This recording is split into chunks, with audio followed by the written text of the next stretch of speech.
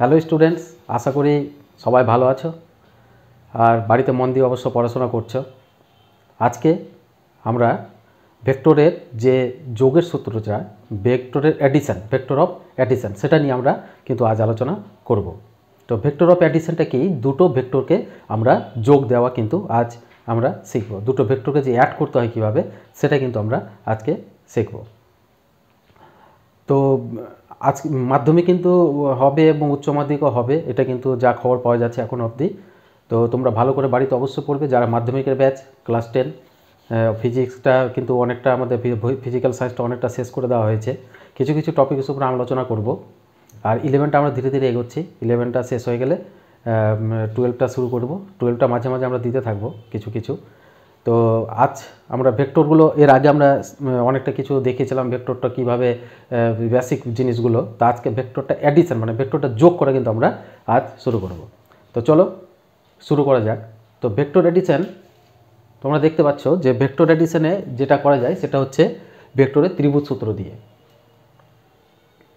তাহলে ভেক্টরের ত্রিভুজ সূত্রটা আমাদের কি বলে?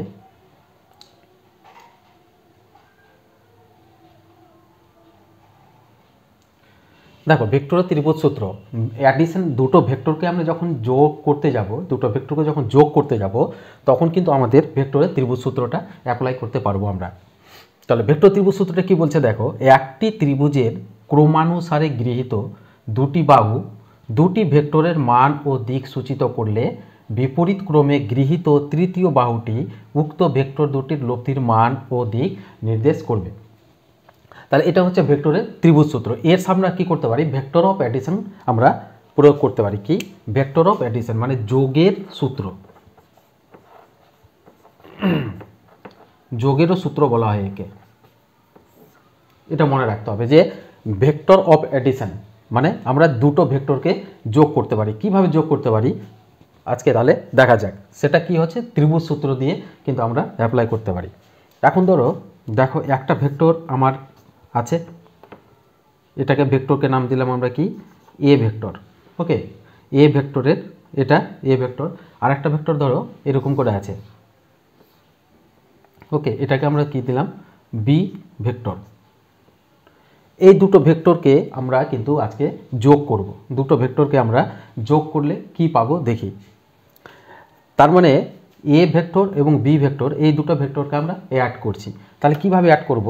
সেই ত্রিভুজের সূত্রানুসারে কিন্তু আমরা করব, ত্রিভুজ আকারে করব। তাহলে দেখো, এই ভেক্টরটাকে আমি এখানে লাগালাম, এই ভেক্টরটাকে আমি এখানে যোগ করলাম।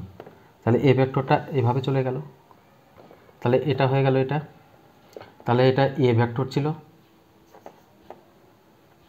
এটা হচ্ছে বি ভেক্টর। ওকে, এটা হয়ে যাচ্ছে আমাদের এ ভেক্টর এবং এটা হচ্ছে বি ভেক্টর। এই দুটোকে আমরা অ্যাড করলাম। অ্যাড করার পরে কিভাবে অ্যাড করা যাবে? বলছে যে একটি ত্রিভুজের ক্রমানুসারে গৃহীত দুটি বাহু দুটি ভেক্টরের মান ও দিক সূচিত করছে। তার মানে এ ভেক্টরের মানটা এইটা আমি ধরে নিলাম ছোট হাতের এ। এখান থেকে এর দূরত্বটা হচ্ছে আমার এ, এখান থেকে এইটুকু দূরত্ব হচ্ছে এ। তাহলে এটা মান করলো এবং দিকটা কোন দিকে করছে? এদিকটাই করছে দিকটা। বি ভেক্টরটা দেখো, বি ভেক্টরটা আমি যদি এখানে এসে বসাই, এখানে অ্যাড করি, তাহলে বি ভেক্টরের একটা মান পাবো। মানটা আমি ধরে নিলাম ছোট হাতের বি। এইটুকু মান হচ্ছে বি এবং দিক নির্দেশ করে এই সাইডটা দিক কিন্তু নির্দেশ করছে। তাহলে বলছে এবার অ্যাড কখন হবে? যখন বলছে গৃহীত তৃতীয় বাহুটি কিন্তু উক্ত ভেক্টর দুটির লব্ধির মান ও দিক সূচনা। তাহলে এই এ প্লাস বি এর ফলটা কখন হবে? এই যে তৃতীয় বাহু দ্বারা কিন্তু প্রকাশ পাবে। তো তৃতীয় বাহু যদি আমি টানি, এখান থেকে আমি অ্যাড করে নিলাম, তাহলে কোন দিকে প্রকাশ পাবে? এটা একটা কিন্তু ভেক্টর হলো, এটা একটা ভেক্টর প্রকাশ করবে, এটাকে লব্ধি ভেক্টর বলা হয় আমাদের। তাহলে এর নাম আমি দিয়ে দিলাম আর। ওকে, তাহলে আর ভেক্টর তোর কোন দিকে প্রকাশ করছে? লব্ধি ভেক্টরটা দিক কোন দিকে প্রকাশ করছে? দেখো, ক্রমানুসারে গৃহীত। ক্রমানুসারে মানে কি বলছে? একটা প্রথমে এই দিক দিয়ে করলাম, তারপরে এদিক, এভাবে কিন্তু চলে যাচ্ছে এইদিকে আবার এদিকে। তাহলে ক্রমানুসারে গৃহীত এইভাবে, কিন্তু এই দুটো ক্রমানুসারে গৃহীত নিতে হবে। যে তৃতীয় বাহুটি আছে সেটাকে কিন্তু বিপরীত বলা আছে, বিপরীত ক্রমে নিতে হবে। তার মানে এদিকে গিয়ে এদিকে আসার কথা, তাহলে এটা কিন্তু এই দিকে হবে। তাহলে এটাকে আমি নাম দিলাম সি, মানটা হচ্ছে সি। এবং ভেক্টরটা দিক প্রকাশ করছে এদিকটাই। তাহলে এটা আমরা ত্রিভুজ এখন করতে পারি। তাহলে এটাই হচ্ছে ত্রিভুজের কি ভেক্টরের ত্রিভুজ সূত্র। এটা কিন্তু ভালোভাবে তোমরা বাড়িতে মনে রাখবে, প্র্যাকটিস করবে বাড়িতে ভালো করে। আর দেখো আমি তিনটের মান নিয়ে নিয়েছি। এই ভেক্টরটার মান হচ্ছে এখান থেকে হচ্ছে এ, এটা হচ্ছে বি, এটা হচ্ছে সি। এখন থেকে আমি যদি নাম দিয়ে দিই, ধরো এম এন ও, এটুকু আমি নাম দিলাম। এরপরে কি করব আমরা যখন করতে লাগবো তখন দেখো আমি আগে বলেছিলাম যে এই ভেক্টর দুটোর কোণ কোনটা হবে। আমি কোণ কিন্তু এটা এখানে ধরতে পারি না। এটা আমি যদি থিটা ধরি, এই কোণটা আমি যদি ধরে নিই থিটা, তাহলে এই দুটো ভেক্টরের মানটা কোনটা হবে, এই দুটো এ প্লাস বি যে আমি অ্যাড করেছি এর মানটা, এর কোনটা কোনটা হবে, এর কোনটা কিন্তু এটা হবে না, বা এটাও হবে না, এটাও হবে না। এই কোনটা এ বি ভেক্টরের কোনটা কিন্তু এটা হবে না। কি হবে, আমি আগের দিন বলেছিলাম যে কোণ বের করতে গেলে টেল টেল বা হেড হেড লাগবে। হেড হেড কাকে বলে, ধরো এই ভেক্টরের এটা হচ্ছে হেড, এটা হচ্ছে টেল, আর একটা ভেক্টরের এটা হচ্ছে হেড, এটা টেল টেল, তাহলে এখানে মিলে, তাহলে এই কোণটা কিন্তু হবে। সব সময় কিন্তু মনে রাখতে হবে, টেল টেল হতে পারে বা হেড হেড হতে পারে। ধরো এইভাবে একটা আসলো, ঠিক আছে, আবার কি হচ্ছে এখানে একটা আসলো, তাহলে এইটা কিন্তু আবার কোনটা হতে পারে। এই দুটো ভেক্টর এইভাবে কিন্তু তোমার অ্যাঙ্গেলটা বের করা যায়। তাহলে আমাদের যেহেতু এখানে এখানে দেখো দুটোই কিন্তু একটা হেড আর টেল লেগে আছে, তাহলে এই কোণটা কিন্তু আমরা পাবো না। তো দুটো ভেক্টর করতে গেলে ব্যবহার করতে হয় কি, আগের চ্যাপ্টারে শিখিয়ে দেওয়া হচ্ছে টেল টেল বা হেড হেড করতে হয়। তাহলে আমি এটাকে একটু বাড়িয়ে দিলাম, তাহলে এটা কি হয়ে গেল, এই ভেক্টরটা এখানে চলে আসলো এখানে। এবার আমি এটাকে লম্বভাবে যদি টানি, তাহলে এই যে কোণটা সেটা কিন্তু কোণ দুটো ভেক্টরের আলফা ধরে নিলাম। ওকে, এই ভেক্টরের দুটো, তাহলে এ প্লাস বি যে আছে এই ভেক্টর দুটোকে ইন্ডিকেট করছে অ্যাঙ্গেল কি হবে, আলফা।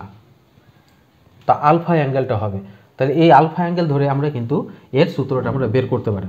তো ভেক্টরের যোগের সূত্রটা আমরা বের করি। চলো, তাহলে এইটুকু আমরা, এটা হচ্ছে পারপেন্ডিকুলারিভাবে ফেললাম, এটা আছে। তাহলে আমরা আজকে বের করব ভেক্টরের যে ত্রিভুজের সূত্র অনুযায়ী যে বর্ণনাটা করা হয় সেটা কিন্তু আমরা করছি। তাহলে উপরেটা আমি মিটিয়ে দিই।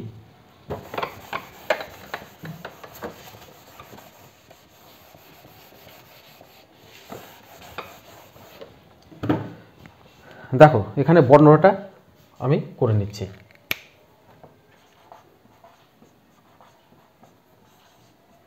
তাহলে কিভাবে করবে প্রথমে দেখে নাও।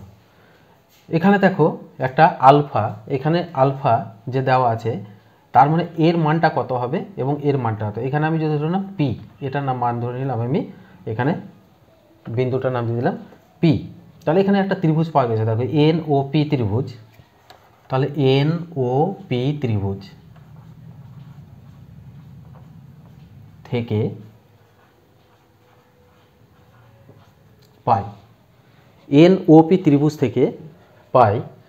তাহলে দেখো এখানে এই যে এর মানটা, ওপির মানটা কত হবে, ওপির মানটা কত হবে। তাহলে এখানে আমি লিখতে পারি ওপি সমান হচ্ছে এই যে এই ভেক্টরটা, এই ভেক্টরটা বি, বি এর মান, তাহলে বি কস আলফা, এবং এর মানটা কত হবে, এনপি কত হবে, এনপি সমান হচ্ছে বি সাইন আলফা। এটা কিন্তু মনে রাখবে, এটা কিন্তু হবে সব সময়।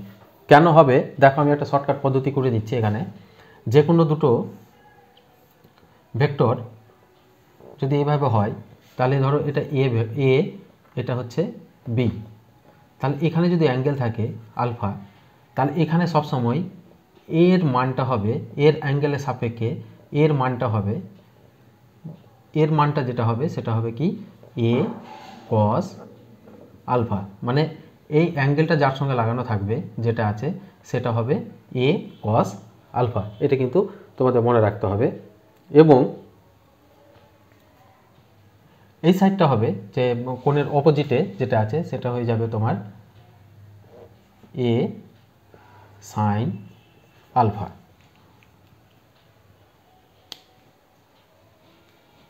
ওকে, তাহলে এই জিনিসটা যদি তোমাদের মনে থাকে তাহলে আমি কিন্তু এইগুলো আমরা এখানে করতে পারবো। দেখো এটার আলফা কোনটা এর সঙ্গে আছে, তাহলে এর মানটা কত হবে, এখানে যেহেতু ভেক্টরটার মান হচ্ছে বি, তাহলে বি এটা যেহেতু এখানে আছে তাহলে কস আলফা হবে। দেখো ওপি হচ্ছে বি কস আলফা, তার অপোজিটে এই সাইডটা হয়ে যাবে সাইন আলফা, তাহলে এটা হয়ে যাবে বি সাইন আলফা। তাহলে এই মানটা আমরা কিন্তু পেয়ে নিচ্ছি এখান থেকে। এবার দেখো ত্রিভুজটা থেকে আমরা কি পাই, যেহেতু মানটা আমরা পেয়ে গেলাম এটা, এবার আমরা কি করব, যে এই পুরোটা ত্রিভুজ দেখো, এই পুরোটা ত্রিভুজ, তার মানে কি ত্রিভুজ এম এন পি থেকে কি পাই, পিথাগোরাসের উপপাদ্য অনুযায়ী আমরা কিন্তু করতে পারি যে অতি স্কয়ার সমান লম্ব স্কয়ার প্লাস ভূমি স্কয়ার। তাহলে এখানে এম এন স্কয়ার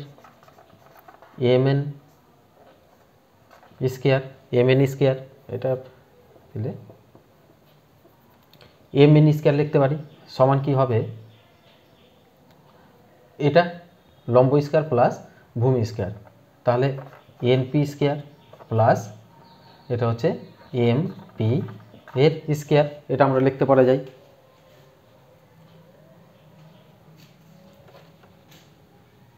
তারপর দেখো এটা যদি আমরা লিখতে পারি তাহলে এম এন মানে এখানে কি রেজাল্ট্যান্ট, মানে যেটা রেজাল্ট পেয়েছি কি আর ধরেছিলাম, এখানে হয়েছিল আর, তাহলে এখানে মানটা যদি দিই আর স্কয়ার সমান, দেখো এনপি মানে কত, এনপি মানে মানটা বসিয়ে দিই B sine alpha square plus এমপির মানটা দেখো এমপি মানে এখান থেকে দুটো পার্টে ভাগ আছে, একটা এ এখান থেকে এটা প্লাস এটার মান জানি এবং এটা, তাহলে এটা এমপির মান হবে এ প্লাস ওপির মানটা কত বি কস আলফা এর স্কয়ার হয়ে যাবে। তাহলে বা আর স্কয়ার সমান এটা যদি করি b square sine square alpha plus এটা এ প্লাস বি হোল স্কয়ারের সূত্র করলি এ স্কয়ার প্লাস এটা কি হয়ে যাবে 2ab cos alpha plus b square cos square কিন্তু আলফা, এটা লেখা যায়।